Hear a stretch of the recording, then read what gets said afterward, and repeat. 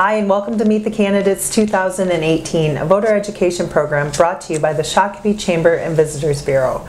My name is Angie Whitcomb, and I'm joined today by Scott County Commissioner candidate Joe Wagner. Joe, thanks for being here with us today. I appreciate the invitation, Angie. Why don't we start this by you telling the viewers at home a little bit about your background and why you're running for County Commissioner. Well, I served on the board for a number of years representing District 1. I've had some personal changes in my life. I'm very quickly going to be residing in Shakopee. I think I've got a good, strong, conservative voice to represent the Shakopee area, and I would be very, very happy to serve again.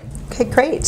So, Joe, what do you see as the most pressing issues facing Scott County right now, and if re-elected, what would you do to resolve them? Well, obviously the most pressing issue, obviously, is that we are in, obviously, the 7-county metro area, and we've got a lot of growth pressures. The uniqueness about Scott County is we still have a lot of open township property, but in Shakopee, one of the things that I see pressing is the whole tax issue and everything, and with the limited amount of commercial industrial space, like say for example in the Valley Green Industrial Park, we have to make sure, like I said, not to repeat, but in the 7-county metro area, Shakopee can still pick and choose the industry and the businesses, and Angie, it's got to be livable wage jobs. And I'm tired of being on the county board when they come up with a number, well, our average salary is this. And then they pull this crap, they're averaging in the CEOs and everything else on it.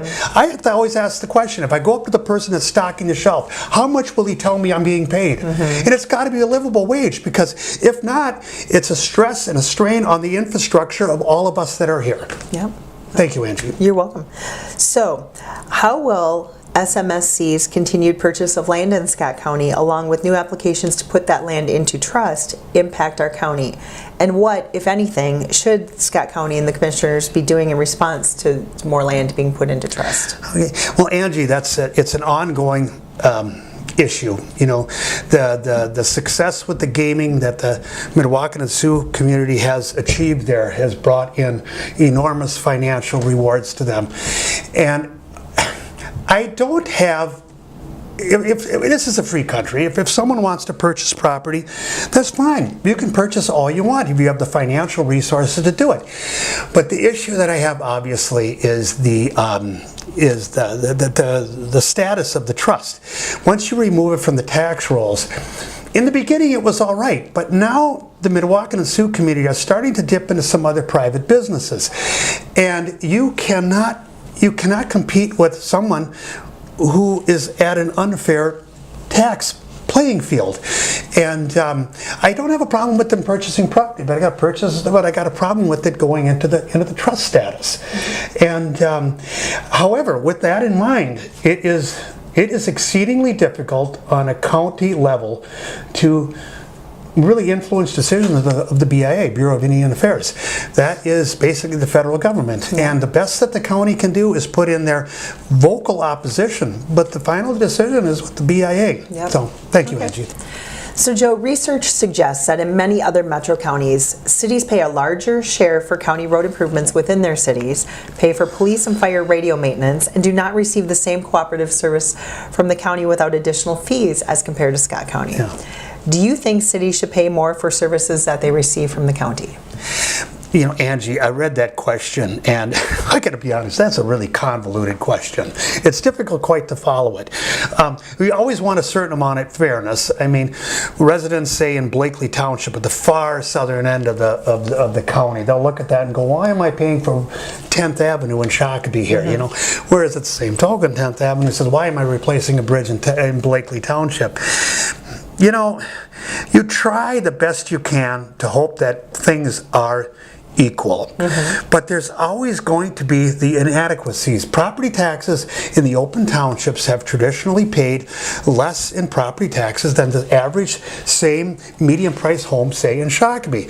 The people in townships will argue, well, we live on a gravel road, we don't have city services, we got a private well, septic tank, drain field, and etc. We don't have the amenities that the cities have. This whole thing about fair share and who pays what, it's a difficult question, but we don't have that we don't have borders here in Scott County. You can move anywhere you want to, and if it looks that advantageous to move somewhere else, you certainly can, but you're always going to have natural disparities of values and et cetera, but we do the best we can, but I can't acknowledge, but there is disparities. It's an accurate question. Thank you. So what is the current status of the relationship between Scott County and the individual cities within the county, and what will you do to build upon and strengthen those relationships if you are elected? Actually, the relationship with the county and the cities, in my opinion, Angie, is actually pretty good. I think it's probably better than it's been in a long time. The administrator, especially like Dave Unmock and et cetera, when he was here, he would have these. I think it was every 10 days he would be meeting with all of the mayors of the cities and everything. It gets difficult sometimes. You got a certain amount of egos out there. You got the administrator for Scott County, then you get the administrator for the city of, say, of Jordan, and and it's hard for egos not to get in the way. You do the best you can. I think it's pretty good. I don't really think of any real serious areas that it needs improvement, except probably there's always the animosity when the county roads, going through the individual cities. The city comes in and they're right there, they plow the roads, they'll maintain some of the county roads. It's actually the county responsibility, but at the same token, the county is on city roads, and I think it's pretty good. I think it is. All right, great. So if elected, Joe, how would you plan to keep the tax levy low while still maintaining adequate resources like infrastructure improvements and workforce? The county has to, and it does to a certain extent, but Angie, in my opinion, like I said, it has to run more like quite honestly, a business, a private business. The thing is with the county, Angie, and I know you know this, is that the county doesn't produce widgets and sell widgets. The county's role is to provide services. The county doesn't manufacture and try to sell something. It's services. And you have to look at those services and try to bring them to the people as efficiently as you can.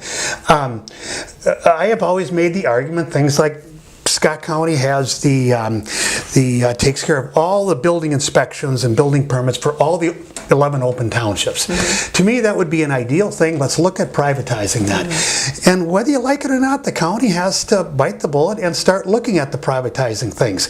And when you look at it, you have to look at all aspects of it. You can't stand there and say, well, wait a minute, we're doing a pretty good job here or there, because you have to figure in what that office space is worth inside of that courthouse. The zoning and planning, all the building inspectors there, they're occupying office space. And that office space could be used for someone else. And so when you look at it, make sure you're comparing apples to apples here. But otherwise, no, you have to look at it that way. And again, we have the state mandates that are getting rammed down Scott County's throat. If someone meets this criteria and their income level is this, you must provide this. And as the state was running out of money, they kept pushing more and more of their responsibilities into the local sector here at the county government. And it's a tough balance, but you got to take out a sharp pencil on it. Yep. And There you go. All right, Joe, to conclude, tell the voters what you would like from them on November 6th. I'd sure appreciate your vote. I think that's about it. Thank you, All right, Angie. thanks for being here, Joe. It was a pleasure coming. Pleasure. Thank you. Thank you so much.